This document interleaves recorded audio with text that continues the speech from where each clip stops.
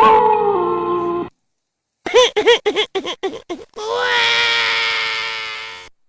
อกมาแล้วเครื่องโตแล้วข้างล่างเบียดเมื่อเดียวก็เบียดเฮ้ย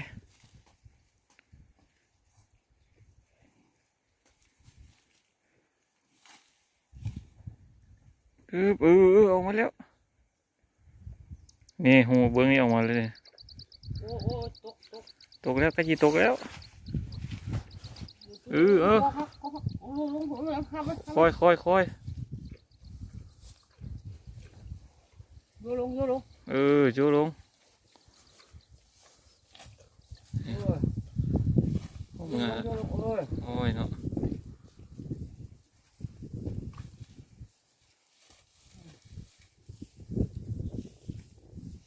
นอนนั่งลงไหม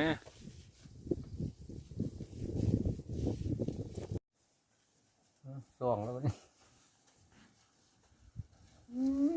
นี่ออกมาแล้วหัวออกมาแล้วออกออกมาก็มันหัวแหละนี่ตัวขาล่างออกมาเนี่ย ก็ลองออกมาเป็นอย่างดูดเข้าคือเก้าอ่ะคัดเนาะขาดอ่ะคัดนี่มันก็บออกเลยอันนี้ไปดึงซ้อยมาแล้วตะกี้ตัวยังมีตู้นาน่ะเล่ากับลูกเอาข้าออกมาก่อนคนนี่หว่านึกปาดออกนึกปาดเอาเด็กน้อยออกเอาแม่ลูกตายคามันบวกเลยมันคำขี้เล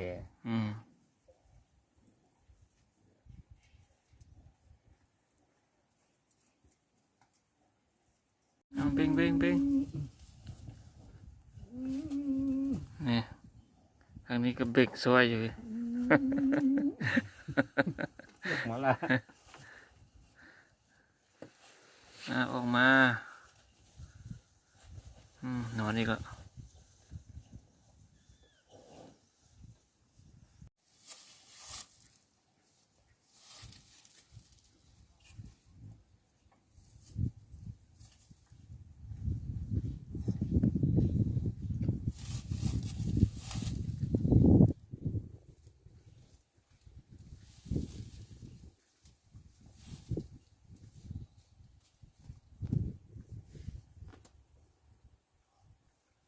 ตัวนี้ยังไม่เหลือว่านี่วะตัวนอนเนี่ยก็จะออกแล้วจังหน่อยอีกชั่วโมงนึงวิ่งแข่งกัน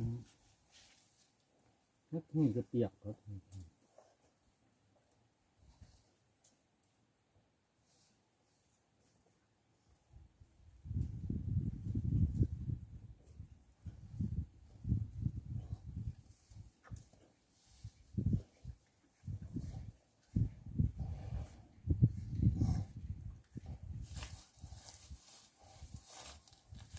คิวเบง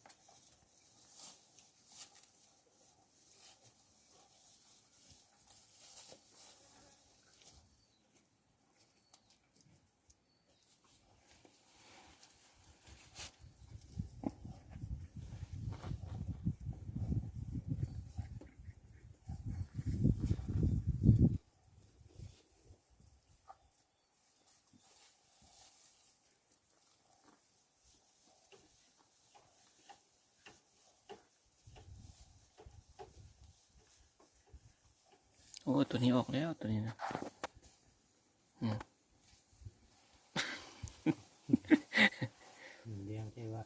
ขี้มันมันขี้ ดู พี่นะตัวอยู่พี่นะเด็ด นอนเนี่ย พี่นะตุกน้ำทึม ดูมีตรวจพี่ นี่นอนขี้อยู่เนี่ย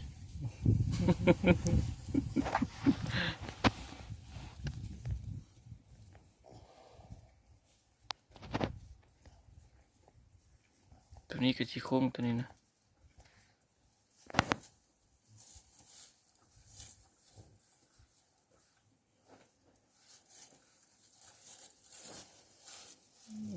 จักเห็ดอยู่สม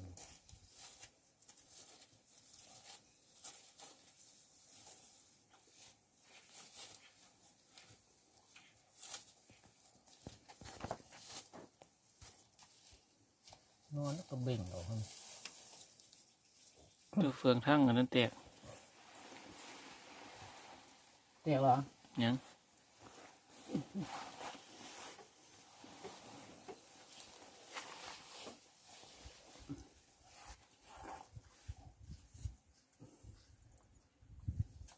เราต้องเบ่งนี่ธรรมดา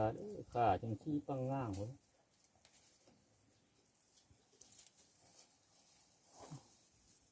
ตัวนี้ก็ลุกอีกแล้ว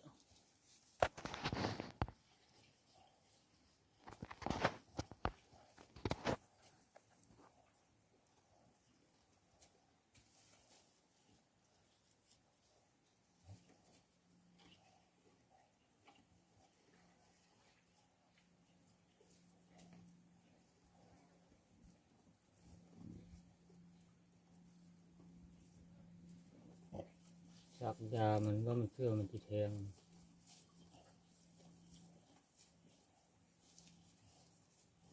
ตุกโกะมันเลาะสักนะ คือยา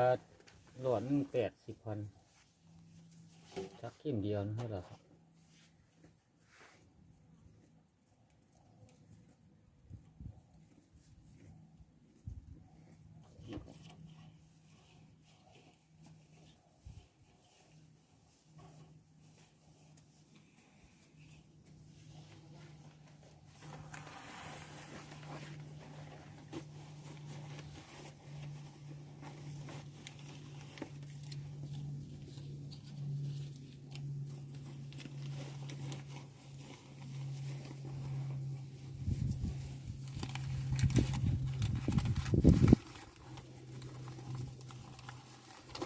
ลุกขึ้นอีกแล้ว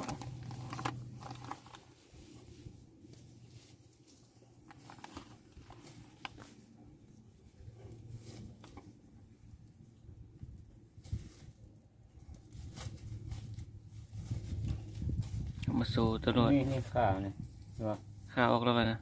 นี่ขามันที่นี่เห็นปะ เออ ขามันอยืนเนื้อเบานะเนื้อนี่นะข้าวๆนี่เล็บข้าวๆนี่ เออเป็นเบาจังสีออกเนาะ ขามันเลย เออขาออกมาก่อนมันละนี่ ขาหน้าที่เขาก็ออกมา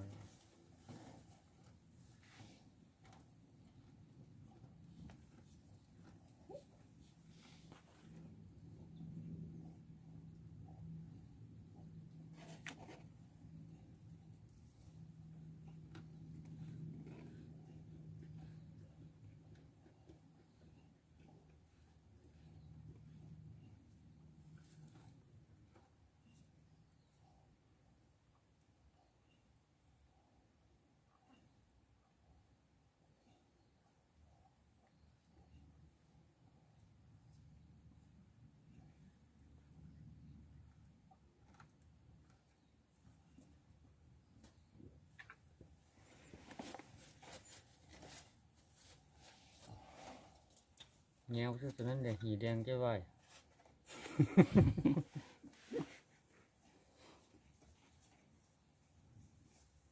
แดงซื่อๆบ่ออกบ่ห้าเนี่ยตอนนั้นเคยโค้งแล้วติวะ โค้งนั่นแหละตัวนี้คือโค้งปีกายนี่บุโค้ง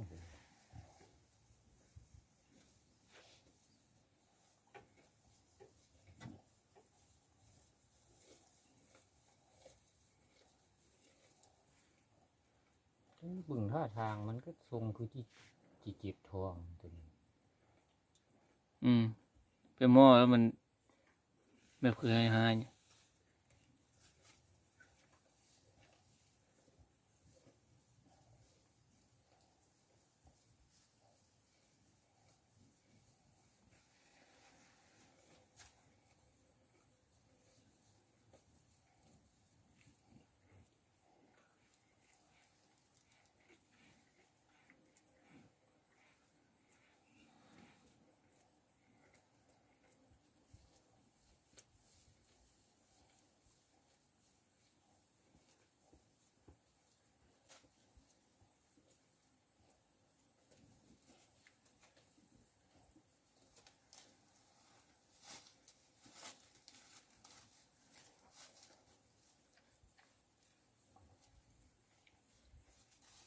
เอามาปิ่นมาพี่ปิ่นมาพี่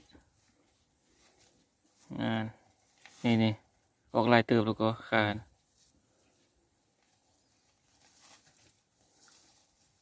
แล้วก็ไปแดดเด้จังเห็นคัก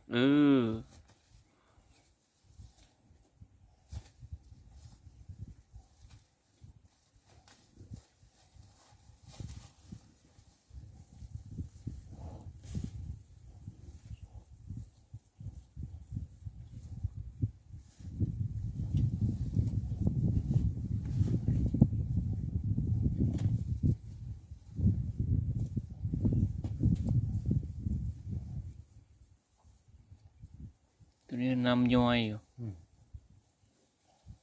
ออกมื้อนี้มาดูแมลงหัว นี่แหละ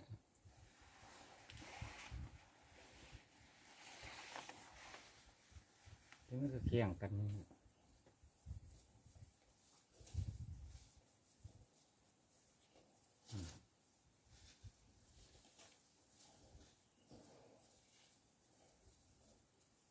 มันย่างมันก็บ่หั่นนี่ขี้ไป